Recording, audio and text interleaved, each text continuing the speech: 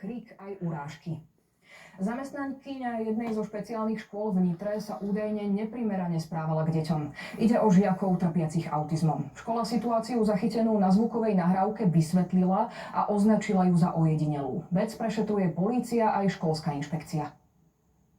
Že sa v škole niečo deje, spozorovali rodičia na synovi ešte koncom zlaňajška. Dnes sa zbadali, že má zmenu správania, mal rôzne poranenia a dosť býval plačlivý. Na základe nahrávky sme zistili, že učiteľka sa nevhodne chová k nášmu synovi. Za to, že sa smeje, sa mu vyhráža fyzickým útokom, pýta sa ho, že či sa jej bojí, potom ho vyzýva, aby sa vyzliekol do naha, aby pomočil sa. Zvukové nahrávky, ktoré majú zachytávať dianie v škole, máme k dispozícii aj my. Pre citlivosť celého prípadu sme sa však rozhodli ich nezverejniť.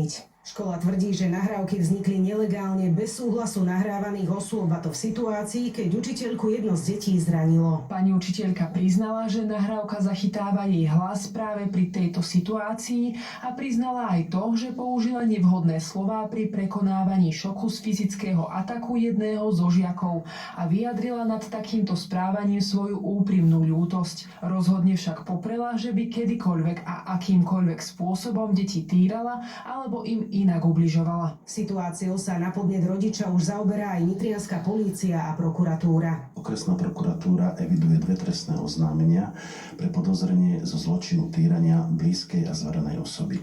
Vec je v predprípravnom konaní. Predmetné veci prebieha preverovanie a vykonávajú sa procesné úkony. Trestné oznámenie podľa našich informácií podala aj dotknutá učiteľka, a to pre podozrenie z prečinu nebezpečného vyhrážania, ku ktorému malo dôjsť zo strany rodiča. Hoci škola tvrdí, že ide o ojedinelý prípad, nám sa v uplynulých dňoch podarilo skontaktovať s rodičmi ďalších 2 detí, ktorí majú voči škole vážne podozrenia a tiež sa plánujú obrátiť na políciu. O praktikách nám porozprávala aj bývalá zamestnankyňa, ktorá na škole krátko pôsobila. Stále veľký krik tam bol a jednoducho deti sa báli, čo tam úžasní pedagógovia. Ale viete, aj medzi učiteľmi je pár takýchto ľudí, ako spomínal otecko. Aktuálne prebieha šetrenie zo strany štátnej školskej inšpekcie a počkáme si na jej závery a odporúčania k tomuto prípadu.